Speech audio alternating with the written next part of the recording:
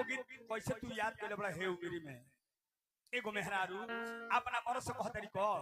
जब पति प्रदेश जाए के तैयार भइले कहतरी जे हाथ जोड़ी विनती करत बनी मैया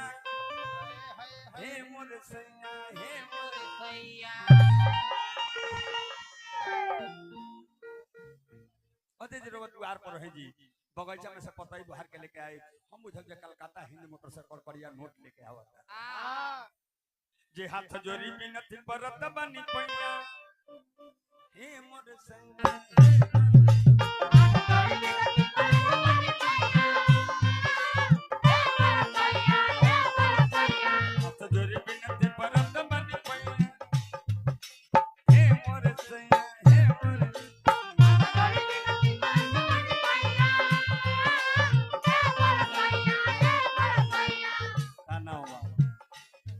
भाई मुनारा जी बहुत बहुत पुरस्कार हमारा बंगाली भैया बहुत बहुत पुरस्कार रौरत से कहता नहीं हम पर जोर जान जा हो पिया पुरु बाबा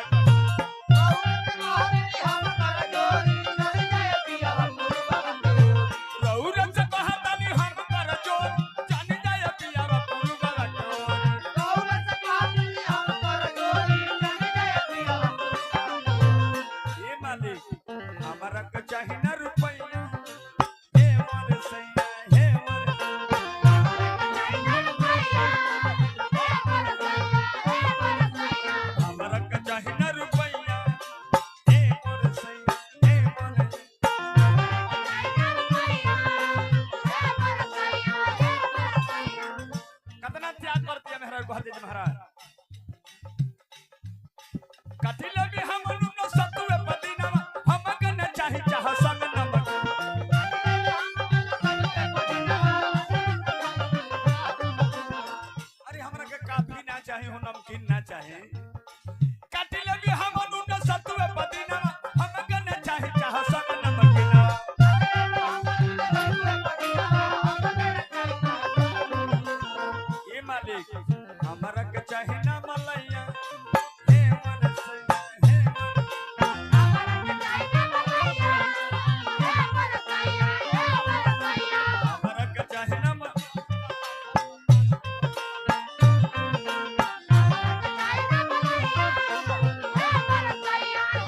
भैया छेला रात भर जी परमानपुर का धरती से 100 रुपया पुरस्कार दिले अच्छेलाल जी के हार्दिक अभिनंदन बा शुभकामना बा कहते जी मालिक ना हो हम कबो ही ना कहब जे हमरा के डॉलप के गादा ले दो जी हाँ भाई ए जाओ बंगाली भैया के ऐसा देश में पूजा समिति के भैया यही जाना चला का काम बा ले रे के बुझा भव डन लग का गाना कुछ नहीं मैं भव कर जाने देखिए मेहरारू का आस्था कितना अच्छा बा तने हटाओ हो हेरोता बदर जी लेवा बसुतौ हम बुझब जे डनलप के गादा बसुतल बानी कबो रस मांगम नहीं मार ले रे के बुझा भव डनलप का गाना कुछ नहीं मांगम भव कर जाने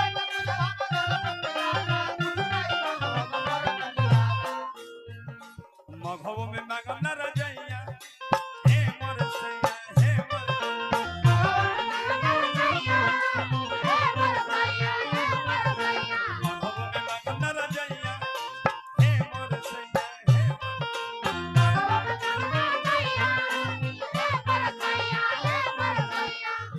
बहुत त्याग करने वाली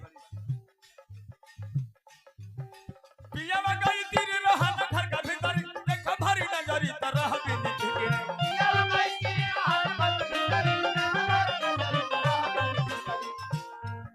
एकरा पहले कबो नहीं पहिरब अंगुरी में मुनरी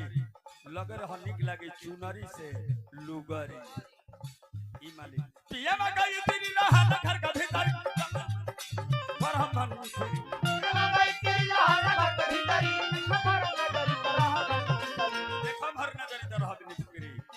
गइए में गाँव नहीं कलकत्ता जाए के नाम